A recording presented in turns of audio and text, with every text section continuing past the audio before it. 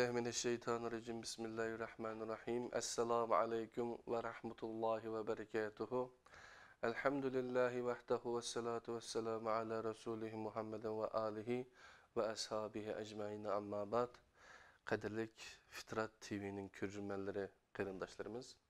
Hemmelarınki şu vakti ve bunun ikinci vakti hayırlık olsun. Dostumla, kırındaşımla Abdülaziz Beştoğrak'tan, İstanbul'dan, Süleymaniye Vakfı'nınki Din ve Fitrat Tədqiqat Mərkəziga təvə bolğan Fitrat TV'den sizlərə Allah'ınki cennet salamı bolğan Esselamu aleyküm ve rahmetullahi ve berekatuhu degan salam bilan birlikte biz ögünüp kilovatkan Kur'an Nuri astıda kitap okuş programımızda Kur'an Nuri astıda tariqatçılıkka nazar degan mono kitapını okup 14. san programıga keldik kadirlik kırındaşlar. 13. sanda nime öğrendik degan vaqtimizda inşallah'a yine 15. mavzu inşallah'a vahiy 16. peygamberlerin varisi buluş 17. mavzu möcize 18. bolğan karamet degan mezmunlarni öğrendik. Bugün 19. mavzu istidrac yani 14. san programımızda 19. mavzu istidrac, onundan keyin 20. mavzu mahbi ilimler yani ilmi ledun yani batini ilimler. Onundan başka mezmunlarını inşallah 15. san programımızda öğünümüz. Bu kulağımda tutup durgan bu kitap, neçə günün yankısı birlikte öğünüp atkan bu kitap tariqatçılıkı nazar degan Kur'an Nuri astıda tariqatçılıkı nazar Sufi inşallah bilen münazara degan kitap. Sizler aldığın san programlarımızda anlap ötkendek bu bir diyalog şeklinde elip verilgan bir söhbetninki, münazarınınki kitaplaşkan haleti. Bu kitabın asli Türkçe, bu kulağımda tutup durgan bu kitap. Kur'an ışığında tariqatçılığa bakış degan kitap Profesör Doktor Abdülaziz Bayındır'ınki yazgan kitabı 2015 yılı 8. qatım besilipdi. Uygurçası 2012 yılı neşr kılınıpdı. Kadirli kırındaşlar. Ondan başka yine şu Uygurçasını tercüme kılgan Süleymaniye Vakfı Din ve Fitrat Tədqiqat Mərkəzininki Uygurcu bölümündeki kırındaşlarımız Kur'an Nuri aslıda vesiliçilik ve şirk degan mono kitapını tercüme kılgan iken bu kitap 2012 yılı Süleymaniye Vakfı Neşriyat tarafından neşr kılınıp çıkıp iken 300 betki yakın kitap iken eğer bu kitabını öğrenip olsak inşallah bu kitap kama ütümüz programının ismi Kur'an Nuri astıda. Eğer bunu tüketip olsak inşallah bu lazımlık dini ilimle her Müslüman için lazımlık dini ilimle Kur'an hadis bütünlüğü asası da fıkıh degan kulağımda tuttuğum bu kitapni öğünümüz. Bu kitap Uygurcu bölümününki başlığı bolğan Enes Alim Ustazdınki yazgan kitabı ikinci kısmını mı yazıvatıdı. Nurgullan bizden suallarımızga cevap tepiliydi bu kitaptan. Makulamı tutulan kitap Kur'an-ı Kerim ve izahlık tercümesi degan bu kitap mı 2017 yılı Ramazan'dan burun neşr kılınıp çıktı. 1000 tane bastığan inşallah 1000 tanıma tügeyi dep kaptı kadirli kırındaşlar. Biz dünyanın her qaysı joydaki kırındaşlarga yetkizip berdik. Kur'an Nuri astıda kitap okuş degan programını davamlaştırırız. Bugünkisi 14. san program. Kadirli kırındaşlar. 14. sanda 19. mavzudun kirdikemiz tema istidraç. 153. bet.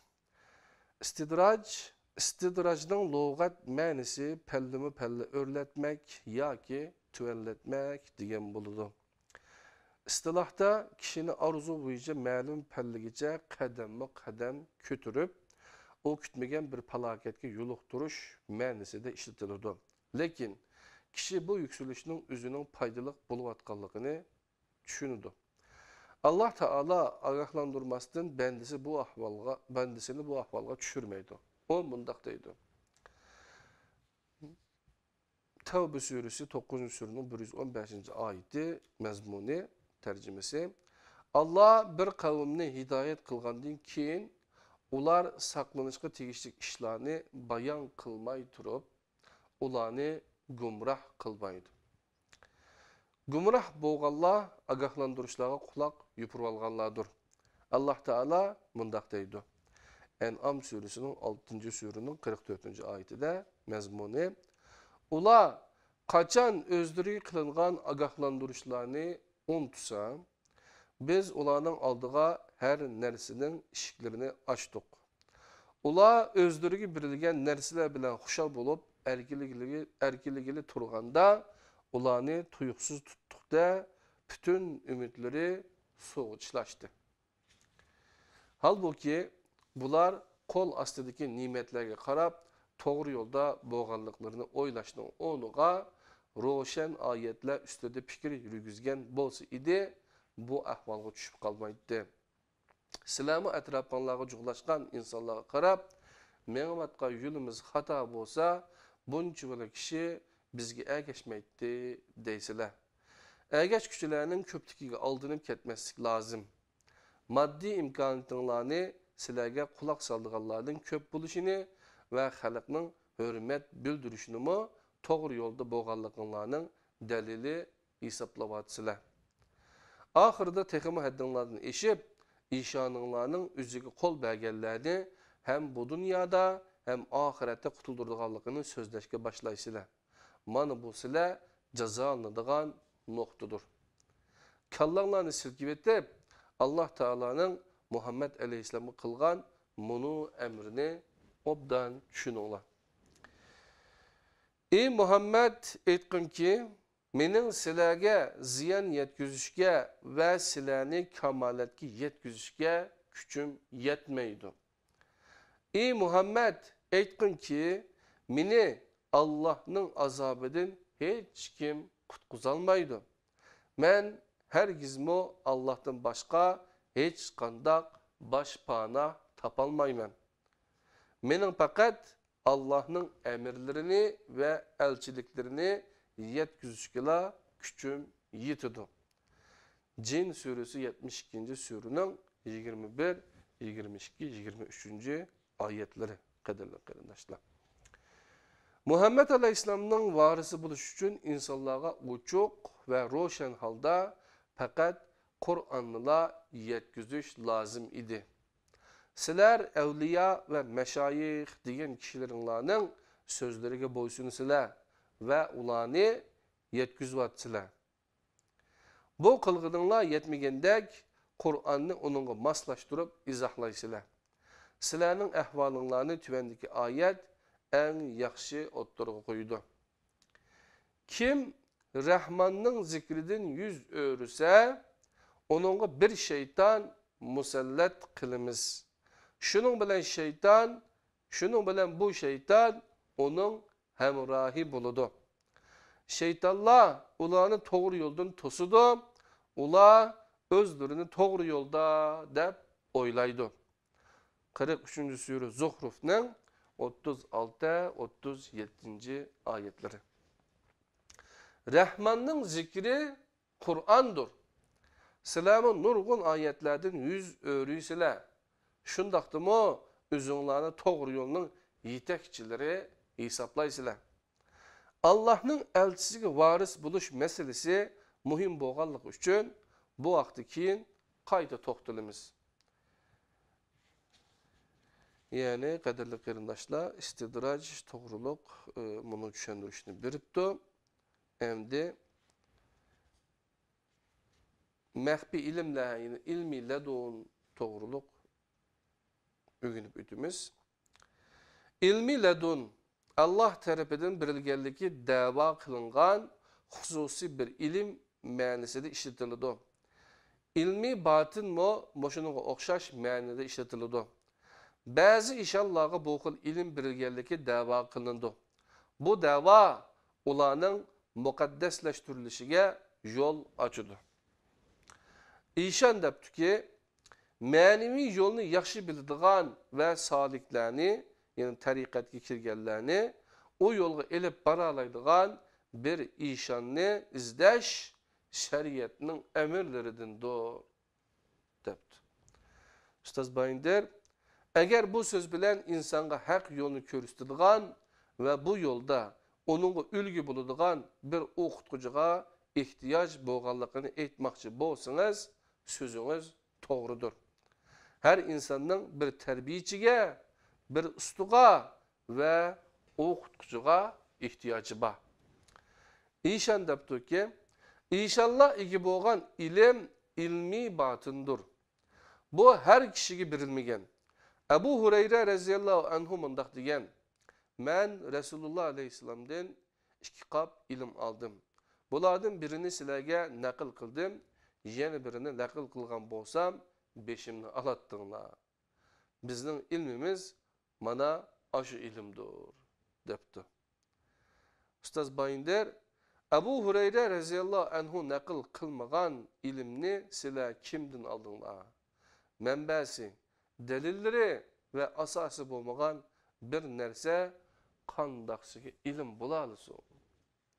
İşan depti ki, Musa aleyhisselam hadiselerinin haqiqiy yüzünü ko'rmaganligi uchun Xizr aleyhisselamga itiraz bildirgan idi. Xizr aleyhisselamning ilmi laduni bo'lganligi uchun ishning ichki yuzidan vaqif bo'lib turadi. Oyatda onunga öz tarafimizdan bir ilim ügetken idik. 18. sure Kehf'nin 65. ayetida aşındaq deyilgen depti. İlmi batin, ilmi ledun, manu aşu ilimdir. Bayındır depti ki, Xizr bilen birli bo'lgan Musa bu ilimni üginelmegen yerde sizlar qandaq ügendinglar? Bu ilimning sizlarga ügitilganligining dalili nima? İşan, Ebu Hureyre'nin yuqoridagi so'zi dalil bo'lmay nima depti. Bayındır, Ebu Hureyre'nin sözünün qayri dalil? Ebu Hureyre, "Men Resulullah aleyhisselam'dan 2 qap ilim aldım. Bulardan birini sizlarga naql qildim. Yana birini mo naql qilgan bo'lsam, kallamni alattыңlar," deydi.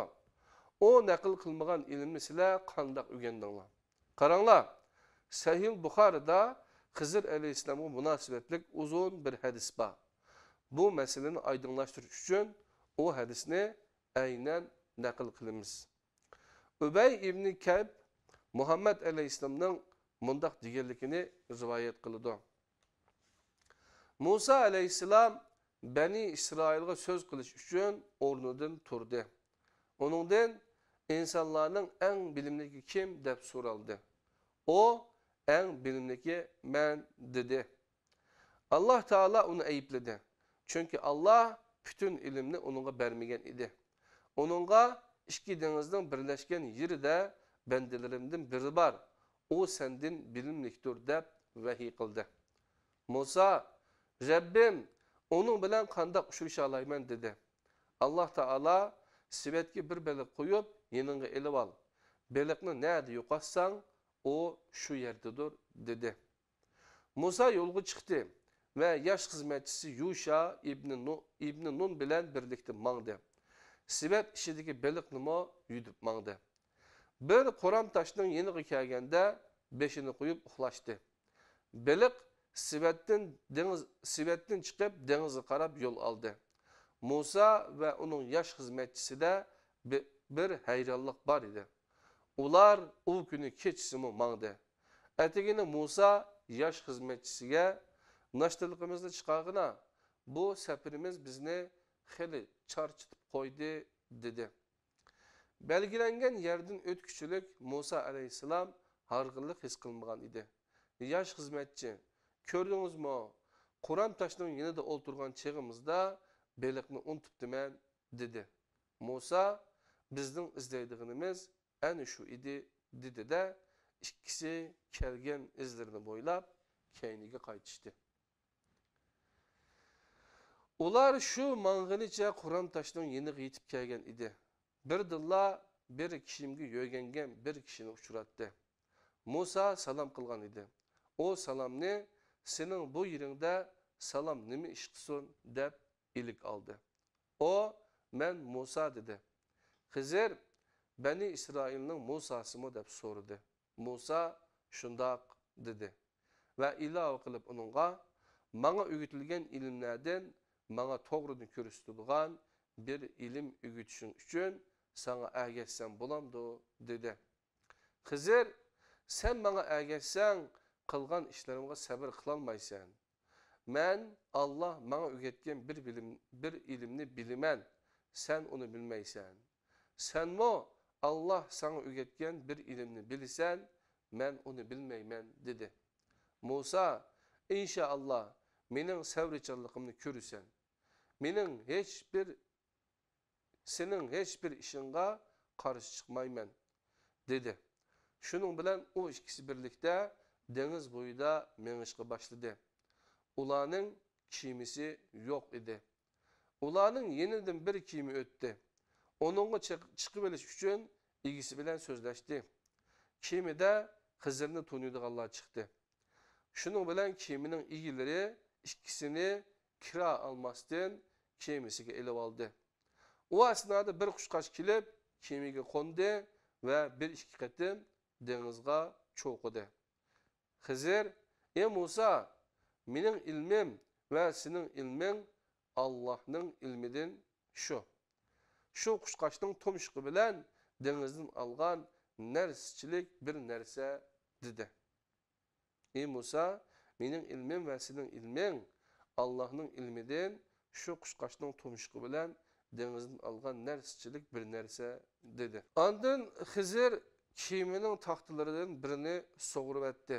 "Musa, ular bizni kira olmasdan kiyimisiga elib olgan tursa, sen kelib ularni g'arq bo'lib ketsin deb kiyimini teshib etding" dedi. Xizr, "Men sana menga ergashsang qilgan ishlarimga sabr qilolmaysan demedimmi?" dedi. Musa, "Unutib qilib deb salgan bu sözüm uchun meni ayblama. Bilimingdan o'rganib olish ishimni qiyinlashtirma" dedi. Musa'nın bu tunji e'tirozi ahdisini unutganlik uchun edi. Ondan ular yana yo'lga tushib, bir muddatdan keyin bir o'g'il balani uchirtishdi. O bala adashlari bilan o'ynayotdi. Xizr balaning kallasini üst tarafidan tutgan peti uzib etdi. Musa, "Sen bir begunoh jonni nahaq o'ltiramsan" dedi. Xizr, "Men sana menga ergashsang qilgan ishlarimga sabr qilolmaysan demedimmi?" dedi. Shuning bilan ular yana yo'lga tushdi. Bir muddat mangandan keyin bir kent aholisining yeniga kelib, ulardan tamoq so'rashdi. Lekin kent aholisi ularning mehmon bo'lish talabini rad qildi. Bu asnoda ikkisi u kentda o'rilib ketay deb qolgan bir tomni uchratdi. Xizr qo'li bilan tomga ishorat qildi. Ondan uni turg'izib qo'ydi. Musa uningga, "Xohlasang buningga bir haq olatding" dedi. Xizr, "Mana bu ikkimizni bir-birimizdan ayıradigan so'zdir" dedi. Payg'ambar alayhisalom bundoq degan: "Musaga Allah rahmat qilsin. Biz Musaning sabr taqat qilib turib, Xizr bilan birlikda texmi ko'p ishlarni qilib, bizga ko'p narsa bayon qilishini orzu qilatdik." Bu Buxoriy ilm degan bob degan qadrli qarindoshlar. Bu yerda Xizrning buni so'zi diqqatimizni tortmoqda. "Men Allah menga o'rgatgan bir ilmni bilaman, sen onu bilmaysan.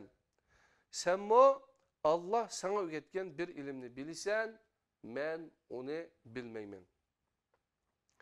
Musa aleyhisselam Allah'ın elçisidir. Elçiler Allah topşırgan vazifeni o'rindaydi. Bu vazife bo'lsa, insonlarga to'g'ri yo'lni ko'rsatish ve ularga yol başçı buluştur. Bunu ayet bunu roşen bildirmekte. Mezmununu okuyman, manasını Ahzab 33. surenin 45-46 ayeti. Ey peygamber, biz seni guvahçı, hoşxabar bergüçü ve agahlandırıcı kılıp evettik. Şunun bilen birgi sen, yana Allah'ın ruhsatı bilen Allah'a davet kılgıcı ve bir nurlu çıraqsan. Bir elçinin kıgallarını her insan kılalaydı. Çünkü ular ölgü kişilerdir. Ularda Hızır'ınkiga okşaş, kişini hayran kaldırdıgan hareketler görünmeydi. Elçiler körsetken möcüzeler bolsa, ularning elçiliklerini ispatlaştın, başka bir maksatni öz içine almaydı. Hızır Aleyhisselam'ın ilmige elçilerinin ihtiyacı yok. Bunu düşünüş için yukarıdaki 3 vakanın mahiyetini bayan kılan ayetlerini birlikte okuyalım. 18. Sure Kehf'ninki 78. ayetinden 82. ayetigacha birlikte okuyumuz tercümesini. O bendimiz mundaq dedi. Mana bu ikimizni bir-birimizden ayrıydigan sözdür. Men hazır sana sen sevir kılınmagan işlarning haqiqatini aytib beraman. O kimi bağı? O denizde işleydigan bir qancha miskinning idi. Onu ayıp tikaletki keltirip koyay dep teşvik ettim.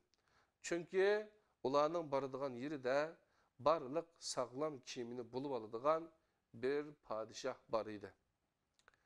O oğul balığı kelsek, ata anası mümin kişiler idi. O balının kelgüsüde ularını azgulluqqa ve kafirlikqa zorlaşıdan korktukda Rabbinin ulağa onundan yaxşı ve küyümlük bir bala ata kılışını irade kıldık. O tam bolsa şehirde yaşaydıgan iki yetim oğulunun bulup aslında ularning bir hazinesi var. Ularning dadisi yaxshi adam idi. Rabbim ularning balag'atga yetib, xazinalarini öz qo'llari bilan chiqarib olishini iroda qildi. Bu Rabbimdan bir rahmat idi. Men bularni o'zim chaqlab qilmadim. Ana shular sen sabr qilolmagan ishlarning haqiqati. Yani 18. Sure Kehf'ninki 78'den tatip 82. ayetigacha bo'lgan mazmun. Bu vakanın ibret elişqe tegishlik nurg'un tarafları var. Bizga nisbeten en muhimi şudur. Allah'tan kelgen her nersege teslim buluş ve onun biz üçün yaxshi neticeler elip keldiganligiga ishonish kerak. Çünkü ko'nglimizga yoqmaydigan shuncha ko'p voqealar borki, keyincha onun bo'lmaydiganligi namoyon bo'ladi. Elçilerde Hızır'daki okşaş kişini hayran kaldırdıgan hareketler görülmeydi. Çünkü ulanın hareketleri ümmetler için ölgüdür. Lakin Hızır'ın kılmışları ölgü bulanmaydı. Navada yukarıdaki işlerini Musa aleyhisselam kılgan bolsa ve bir Yahudi onu ölgü elip ata anısıga erziyet yetkizidi dep bir balını öldürüp koysa idi ya ki başkası bulap ketidi dep birovning meliga ziyan yetkizgen bolsa idi insanlar arasında amanlık ve hatırcemlik kalamıydı. O takdirde her kişi kılgan galiti kılmışlarına bir bahane uydurup çıkıp Musa aleyhisselam'ın kılmışını delil kılıp körsetmez miydi? Yukarıdaki hadis bunu sözler bilen ahırlaşıdı. Muhammed aleyhisselam mundaq degan. Musa'ga Allah rahmet kılsın. Biz Musa'nın sabır takat kılıp durup Hızır bilen birlikte texmi köp işlerini kılıp bizgi köp nerse bayan kılışını arzu kılattık. Hadis şunu inek görüsüp durdu ki Hızır ügetken ilim ayette bildirilgenler bilen çekliktir. Bu doğruda Muhammed Aleyhisselam'a artık bir nerse bilmeydi.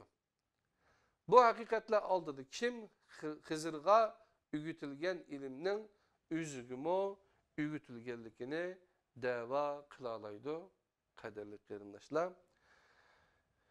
Yani muşundaq gaybi ilim yoki bo'lmasa mushu Xizr alayhissalom bilan Musa alayhissalomning o'tirisidagi bu voqelikni chiqish qilib ba'zi xato harakatlarda bo'lgan ishlarmi bor ekan, qadrli qarindoshlar.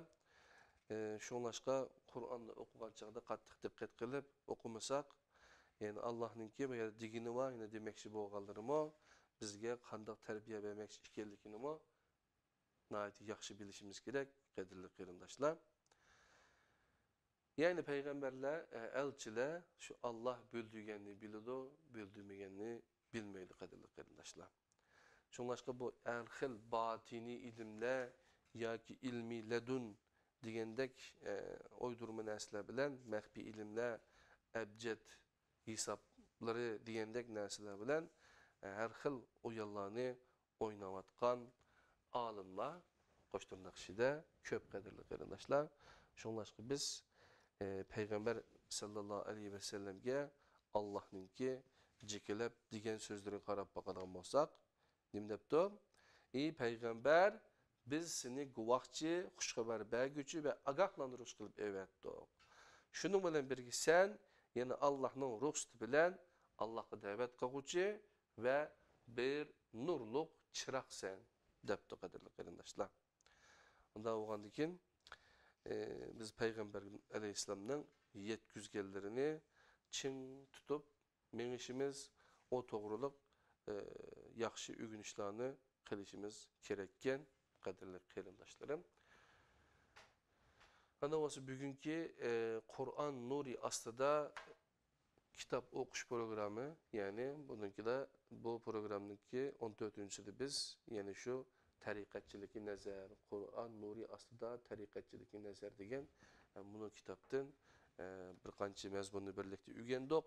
İnşallah 15-sonida keşf, yani perdelerinin içilişi, onundan başka faraset 22. mevzu, onundan keyin 16. songa ilham degan mazmunlar bilan kirdikanmiz qadrli qarindoshlar. İnşallah bu kitapni o'rganib bo'lsak, biz boshqa kitaplarga o'tamiz. Ammo agar xohlab qarindoshlar Türkçemni mo yuqori ko'tiraman degan qarindoshlar Uyg'urchasi bilan birlikda selishtirib o'rgansanglar, qadrli qarindoshlar, sizlarninki o'zinglarninki Türkçe saviyanlarni o'sidi. Onundan keyin bu xil shirik jamiyatda, bu xil tariqatlarda eqib yurgan bu xil shirik i'tiqodlar, ya'ni batil aqidalar, xurofiylar bilan aldamoqchi bo'lganlarning aldam haltisiga tushmaysizlar, jinim do'stlarim.